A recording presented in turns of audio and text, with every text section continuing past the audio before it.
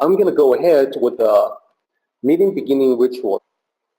起立，面向佛堂，参加三鞠躬、一鞠躬、再鞠躬、三鞠躬，参加各位点传世一鞠躬，开班一鞠躬，请坐下。Please be seated. Hello, everyone. It's wonderful to be able to connect again today.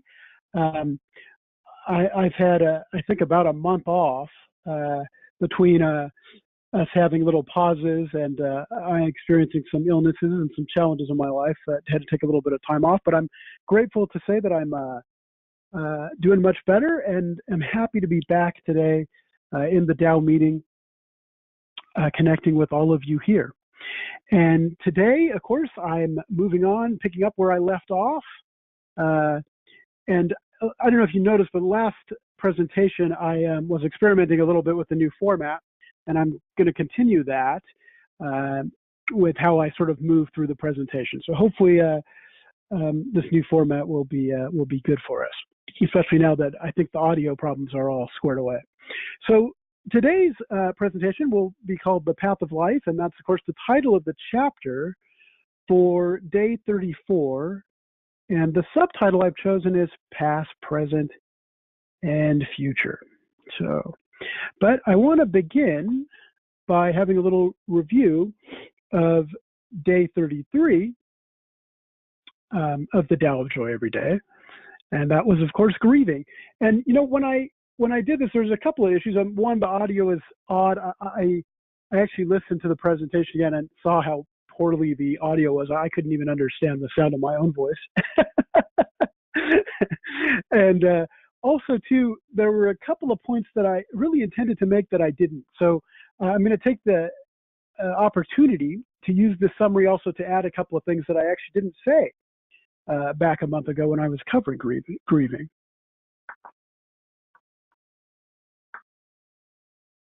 So the first review, of course, is what I said about grieving was feelings, particularly feelings of grief, but really all feelings are real.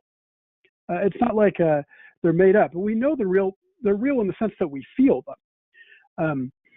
Obviously, you can't give it a physical dimension necessarily, although you can when you're talking about pain. Pain is a kind of feeling that certainly manifests physically. But a lot of the feelings that we speak of, particularly like grief, can actually have a physical component of pain to it as well. If you've ever experienced deep grief, you can feel it in your body, believe me. And so it has, grief itself has a physical component. It has a component having to do with your mind, and it certainly can have a component having to do with your spirit as well. And you need time to work through those, but the spirit one is the key part of a lot of it. But all the rest is important as well. So too, the second point I made was that the Tao is not about suppressing feelings. Often when someone loses someone, it's very typical actually for people to deny the loss. Now you may say, how could you possibly deny the loss of someone close to you? Well, believe me, your mind finds ways to do it. You ignore, you think that there's a part of you that realizes they're dead, but there's a part of you that thinks that, you know, you're driving down the road, you'll hear their favorite song on the radio, and you'll think, man, I can't wait to go home and tell them I heard their favorite song. And then it occurs to you that when you get home, they won't be there physically. And that's very typical. If any of you have ever read or heard about Kubler-Ross's book, she talks about, I believe it's 7 stages of grieving, and one of them, of course, is denial. It's the actual suppressing of feelings. And that's not congruent with the Tao. The Tao doesn't say to suppress feelings. In fact, what the Tao is about, it's about processing feelings. And in fact, grieving is analogous to life itself. Life is about processing our daily endeavors, the things that we do, the things that we feel, the things that we see, the things that come in through our senses. Those are all processes. And there's a physical component, there's a mental component, and there's a spiritual component. And the Tao path and the Tao teachings can help anyone. It's not secluded to there's only a group of the few. In fact, they're meant to help everyone, not only for this lifetime, but for forever, for whatever happens after as well. So attachment, of course, is an inevitable part of loving someone. And it's because we love someone that we get attached to them. And in turn, if we lose that person, or if that person loses us, actually, too, it can go both ways, right? None of us know when we're going to die. And none of us know necessarily when the people we love are going to die. So attachment will inevitably lead to suffering, but I don't see how you can love someone without attachment personally. Maybe there's a way to. I haven't figured it out yet. But so let me be honest with you on that dimension. I haven't figured out how to love without attachment. So, but the good thing about that is, to me, in my opinion, is there's three things that are forever. And this is kind of where what I really wanted to say and didn't. So I'm glad I had this opportunity in the summary to cover this. Love is forever. The Tao is forever. The true self is forever. So when someone dies, yes, we lose the physical aspect of them. Likely, we probably lose the mind too, because I think that's more directly tied in a way to, may at least be more directly tied to the physical, being that mind itself arises from the physical, so to speak. But there's a part of us, of course, the spiritual component, and that's where the true self is. And in a way, in my thoughts, I think that's what unifies us. We all have that Buddha nature. We're all unique in the sense that we have different talents, different abilities, and that's okay. Differences are okay as long as we use the talents we have to move forward, help ourselves and help others. That's fine. It's okay that we have differences, but at the same time, we shouldn't focus on how we're different from others. Instead, we should focus on how our talents can contribute to the larger whole of living, because living is something we all do together. We all share this planet. We share, if you're in a family, you share a home. If you're in a work environment, you share a work environment. We're always constantly living together. And so it's our true selves. If all of us can bring out our true selves, we'll have harmony, we'll have peace, we'll have balance, and those are good things to have. And so these things are forever now, and they will be forever even when we pass away physically and we end up, in fact, arriving back from where we left when we were born. And as Derek pointed out at the end of the presentation, his latest book, The Tao of Happiness, in a way, if you read the section, not in a way, really, seriously, the whole book kind of is about the process of life, including death. And of course, many of you have heard Derek make this point before, I'm sure, but the idea being that when you're born, you're departing from a state of non-being and you're arriving in a state of being. But then when you die, you're departing from a state of being, but you're arriving in a state of non-being. And that's a cyclical process that we see all around us. We see it in nature. You may even see it in human endeavors as well. But that's something that you have to sort of look for, and will be revealed to you in its own good time when it's right for you. So to sum it up, in short, grieving the loss of the physical component is necessary but temporary.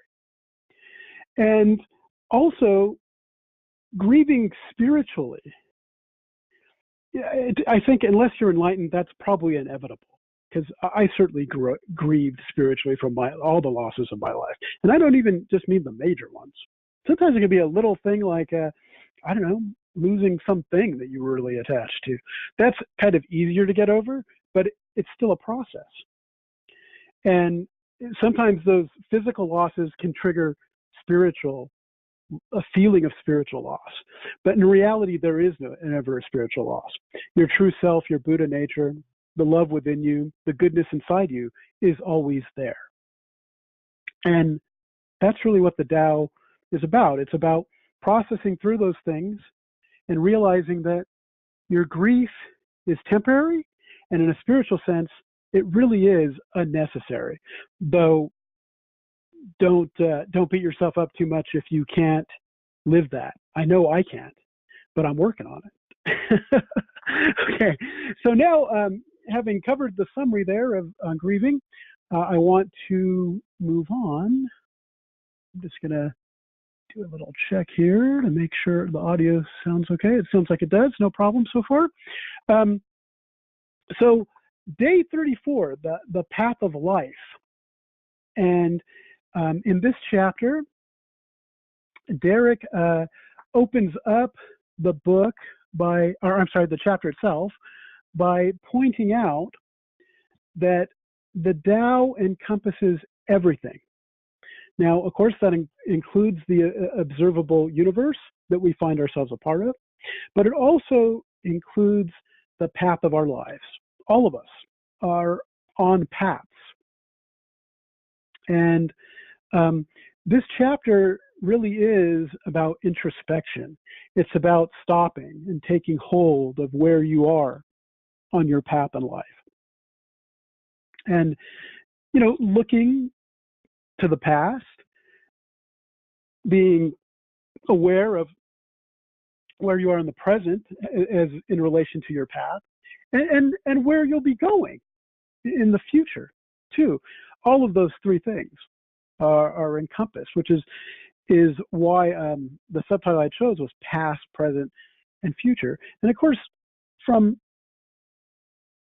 a standpoint of physics, time remains an incredible mystery. In a way, when one looks at the laws of physics, and I'm no physicist, but I like to read books about physics, and books that are written for lay people like me, not for trained scientists. If I read a book that was written for a trained scientist, I wouldn't understand a word of it. But I do like the subject as it's relayed by very brilliant scientists who are also very good at communicating it to lay people.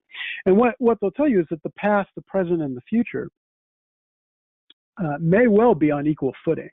In other words, the past may never really be gone, and the future may not be set in stone at the same time. There's a fluidity to it. It's a very interesting subject, and of course, like the Tao itself, it's a mystery of mysteries at this point. So that's a very interesting component, and that's why I chose that subtitle. Now, on this day of the Tao of Joy every day, Derek, in fact, invites us all to ask ourselves some really introspective questions, questions concerning the path and the arc of our lives. And that's a good thing to do. And it's not only something that people who are Tao cultivators do, but other religions I've encountered this component as well. Judaism has a Talmudic aspect to it, where people are asked to turn inward. And I think almost every spiritual path that I can think of, that I know of, and I don't know them all, but I've studied quite a few of them, a little bit at least, there's always a component of turning inward and connection to the spiritual, to make sure that the connection between you and, if you call it God, or if you see it as a physical entity, there's always a component about connecting to that. And whatever it is that we're connecting to, whether it's personal or not, the point is the connection we make is real. And that connection is spiritual. And sadly, unfortunately, it's the easiest to want to ignore. It's really easy to get wrapped up in your mind. It's really easy to get wrapped up in the physical realities of life, like, boy, I got to provide shelter for myself and for the people I love. I've got to provide food. I got to provide shelter. It's almost like Abraham Maslow's pyramid of needs. Those things you just got to do. They're part of living. And so it's very easy to ignore the spiritual component. But the spiritual component is important as well. It's as important, probably, frankly, more important than the mundane things that we spend our lives on. But yet, you know, hey, I'm not telling you, hey, don't clothe yourself. Don't provide shelter for your family. Don't provide for your family. Don't give your family all that you would want to give them. That's fine. But remember, too, that you can't ignore the spiritual component. And that's really what the most important part of our path. And that's what we meet about here. This is a meeting about spirituality. So delving into it, Derek kind of brings up, you know, 3 questions you might ask yourself. 1, where are you on this path today? And I'm not just talking about the Yiguan Dao path, though that's about the path that many of us connecting to this meeting have been initiated to, have made the 3 treasures part of their practice, have their daily meditative practice in a way, have made other commitments having to do specifically with Yiguan Dao. The one that specifically comes to mind is the Coaching ritual, having to do with cleansing the mouth, and of course also having to do with vegetarianism. So those two things are part of the Yiguan Dao path. But when you're asked where you are in the path, you may not necessarily been initiated into Yiguan Dao, and maybe you will be one day if you feel that you want to do that, or maybe you never will. But the point is, you're on a path because the Tao encompasses everything. And of course, the wonderful thing about the Tao is because it's absent of all dogma, we don't have to say, hey, Christian, if you really want to do this right, you better give up what you believe now and come see it the way we see it. No, that would be wrong to do, and no one would ever do that in the Yiguan Dao organization. And I'm going to talk about that a little bit toward the end of the presentation. But the point is, whatever path you're on, it's good to take stock and see where you are. Where are you on that path? Is it working for you? Is there something you can add to it in terms of spirituality? Maybe a spiritual practice. Maybe a physical practice that can help your spiritual practice. Maybe a mental exercise that can help you improve and so forth and grow. So all those things are questions you might ask when you're asking, where are you on the path? What are the things I'm doing on this path that are propelling me forward? And secondly, how do you feel about your place in the present moment? Yes, the present is constantly becoming the past. The future is constantly becoming the present in one sense. And it feels like because of the arrow of time, we only go forward. And from a practical standpoint, living here on Earth, that's certainly true. We don't see eggs unbreak. We don't see cream unmixed from coffee. But yet, so there is a direction, and our lives are always in a direction. And so when we're taking stock of how we feel about where we are in the present moment, it's where are we on the path of the present moment as we move forward through the arrow of time. Those are all interesting questions to take stock of and ask yourself. And is it where you should be? Is this the best path for you? Or put it this way, if it's not, what can you do to make the change necessary so that it is the right path, so that you know that where you are at this exact moment is where you should be. As an example, this morning I had a wonderful morning. I got up very early and I played with my daughter. And in doing that, I realized this is exactly where I should be right at this moment. And why do I know that? Well, because I could feel it. But not only could I feel it, I experienced it, which is why I could feel it.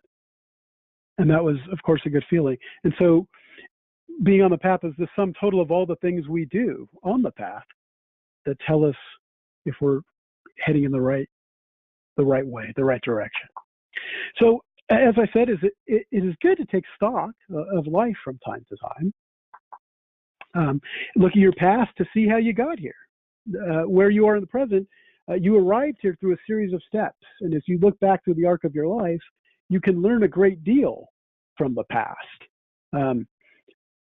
both in the sense of when you've been successful, you might turn inward and say, why was I successful?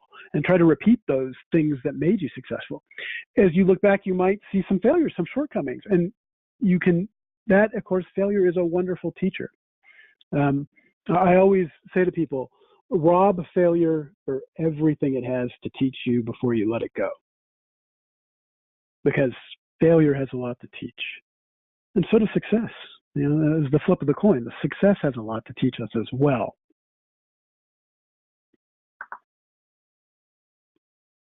Okay, so you might say, what were some of the crossroads you encountered and choices you made?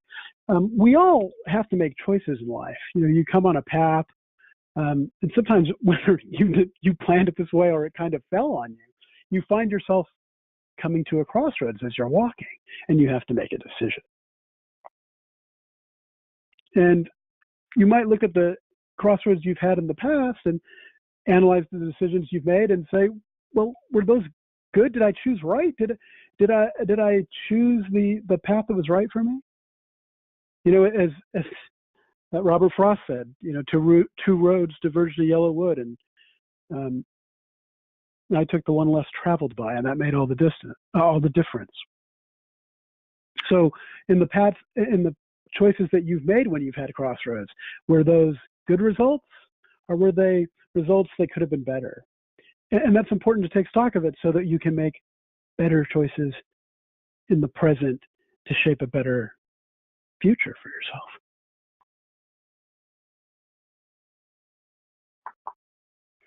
So it's good to have a plan or a direction when it comes to the path of life. As you look to the future, you might ask yourself, what do you see coming? Is there anything you can anticipate? What are the problems you're likely to run into? Are you prepared for them? You know, in life, we sometimes have some real tough situations that we have to deal with. And these are teaching moments for ourselves. They're times for us to teach ourselves things. They can be really hard, but you know what?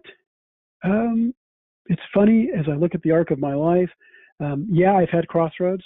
I'm kind of standing at one right now, actually. There's been a change in direction in my life that I've had to adapt to. And in doing so, I have to look forward and say, what can I do? What are the resources I have now? What is the best decision I can make to get me going in the right direction? And I'm so thankful for my finding the path, the Iguan Dao path, for meeting Derek, for experiencing Bill and Ed's and Carmen's teachings, and how much they've helped me, particularly at times when I find myself in difficult situations. And of course, the friendships too that have been cultivated as well in the process.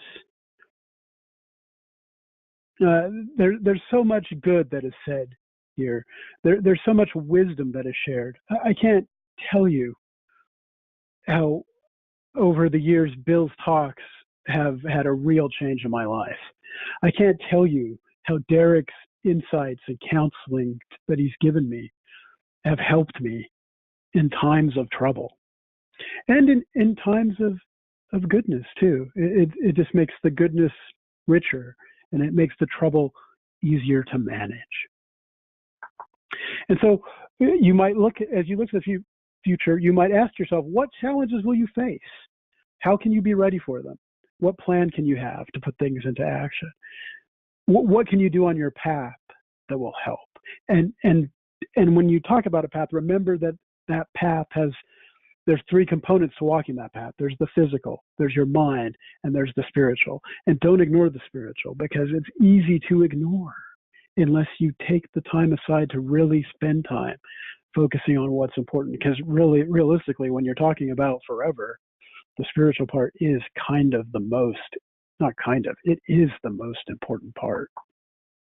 Okay, so where is the Tao leading you? That's another thing you have to ask yourself. And I think, in one sense, I can answer the question for all of us. It's leading us towards improvement. It's leading us towards what our full potential is. Now, if we can align ourselves with it, if we can be patient when patience is required, when we can take action when action is required, when we can not meddle when not meddling is required. If we can do those things, and if we can help each other along the way, that's good too, then your life will become richer and happier, and you will get through the toughest times. Believe me. There's times I look back at my life and I go, how did I ever get through it? And it's funny, I honestly, I don't remember a lot of the physical or a lot of what I was thinking at the time. But I do remember that the spiritual inclination that's been within me, that's within all of us, in retrospect, as I look back, has been guiding me my whole life.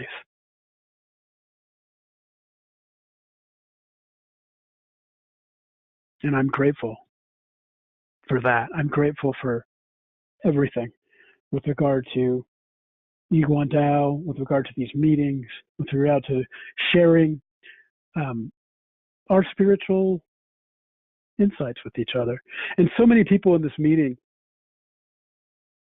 have been in it so long, and frankly, I'm sure are far more advanced than me.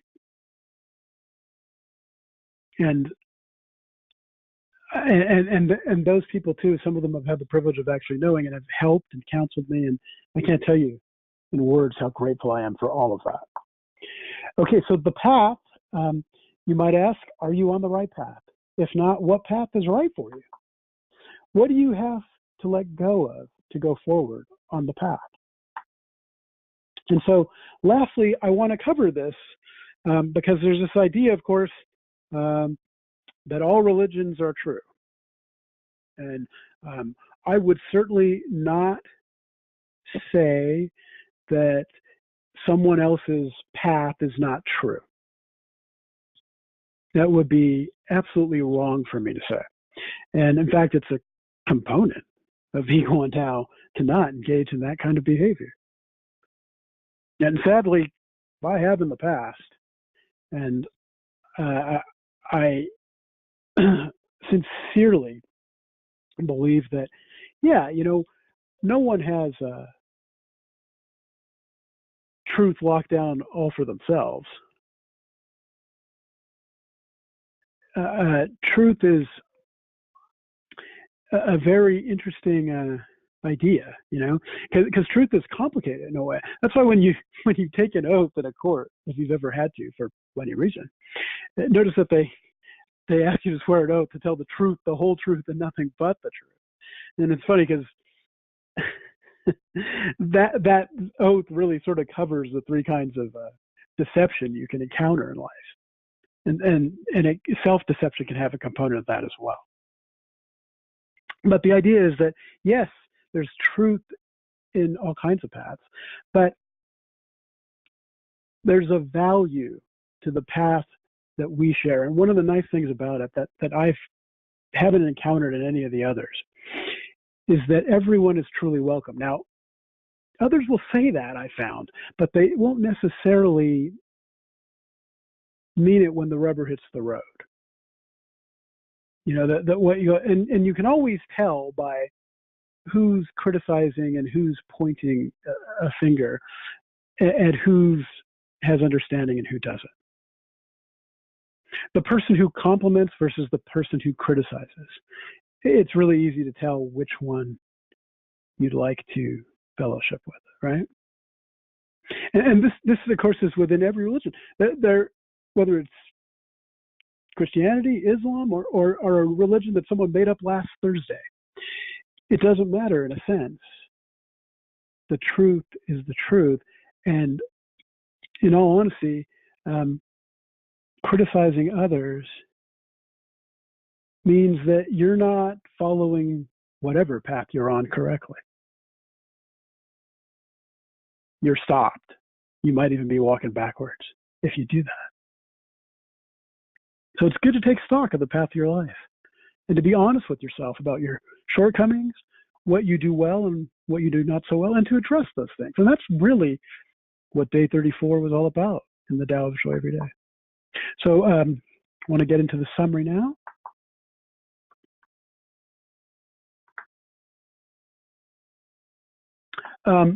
It's good to turn inward and take an honest look at where we are on the Tao path, which encompasses everything, including our individual life paths. We should all be aware of our past, examine it, review our choices, and then make corrections and changes where needed. We should take stock of where we are at present as well. Enlightenment can literally be a second away, a shift in thinking, a change of heart. The recognition of the spiritual aspect within each of us can make all the difference. So all paths are deserving of consideration and respect. Loving kindness and compassion should never be denied to anyone because of the path they have chosen for themselves. We should never exclude anyone because we think their path is wrong. It's not for us to say. It may well be right for them. Focus on your path and live in harmony with yourself and with those you interact with as well. Whether it's at work, whether it's in your family, whether it's with strangers, whether it's with people who frankly don't treat you so well. That can often be the hardest one, but how you react to them, how you interact with them says a lot about who you are and how close you are to your true self, because that's what we're here for. Enlightenment really is just bringing your true self forward. It's already there. It's just waking up. So that is at the heart of sincere Tao cultivation. And I see I've gone a little over here. I apologize for that. Let me just wrap it up. So I want to add an invitation here. If you've learned from the Tao of Joy every day or from the Tao itself, perhaps you'll want to share what you have learned with others by presenting on one of the 365 days in the book, or just any topic on the Tao that you feel you've gained insight in that me or Derek or Bill or anyone connected to this meeting or anyone who will connect to this meeting might benefit from. Hey, it's worth sharing. If you shared it and it wasn't any help, no harm done. If you shared it and it was, well, that's pretty good. So sharing the Tao insights you've learned with others will deepen your understanding as well, which is a nice little benefit. And so as always, I want to end with the book recommendation, The Tao of Joy Every Day, a great book to use daily to help one study and learn the Tao teachings and put them into action. So there it was, The Path of Life, day 34, past, present, and future. Thank you all so much for taking the time to listen to me today. I'm sorry I went 3 minutes over there. I hope you all have a wonderful Sunday and a wonderful week as well. Alex, thank you so much.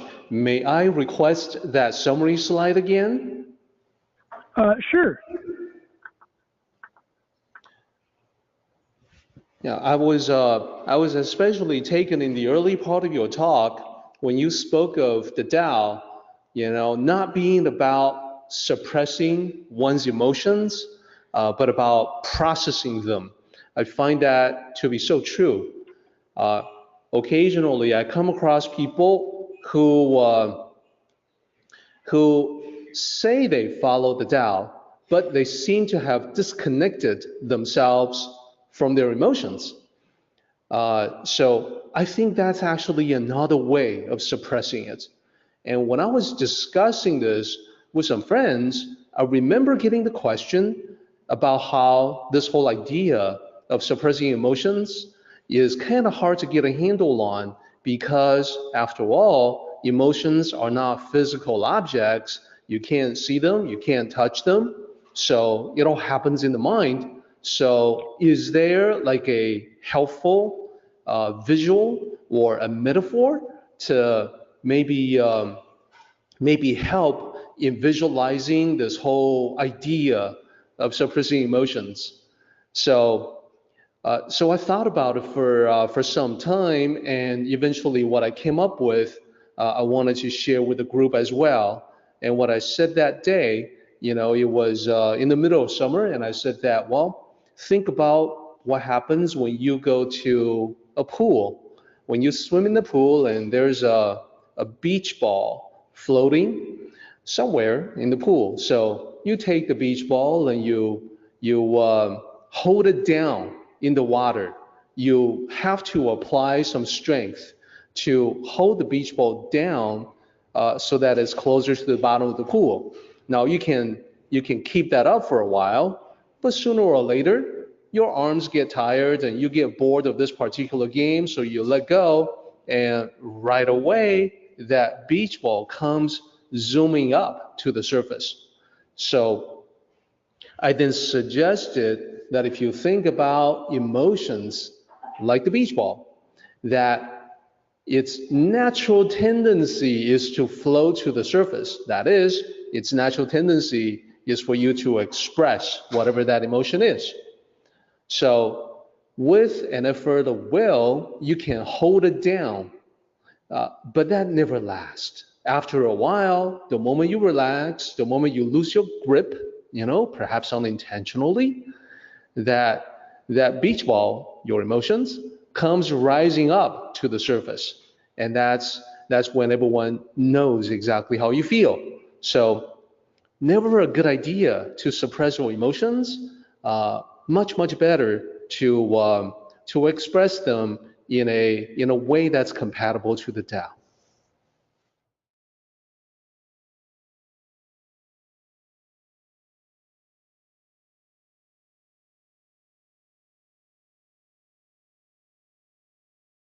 Let's go ahead and do the meeting ending ritual, everybody. 起立，面向佛堂，持架深鞠躬，一鞠躬，再鞠躬，三鞠躬，持架各位顶传十一鞠躬，斜翻一鞠躬。Well done, everybody. Thank you so much.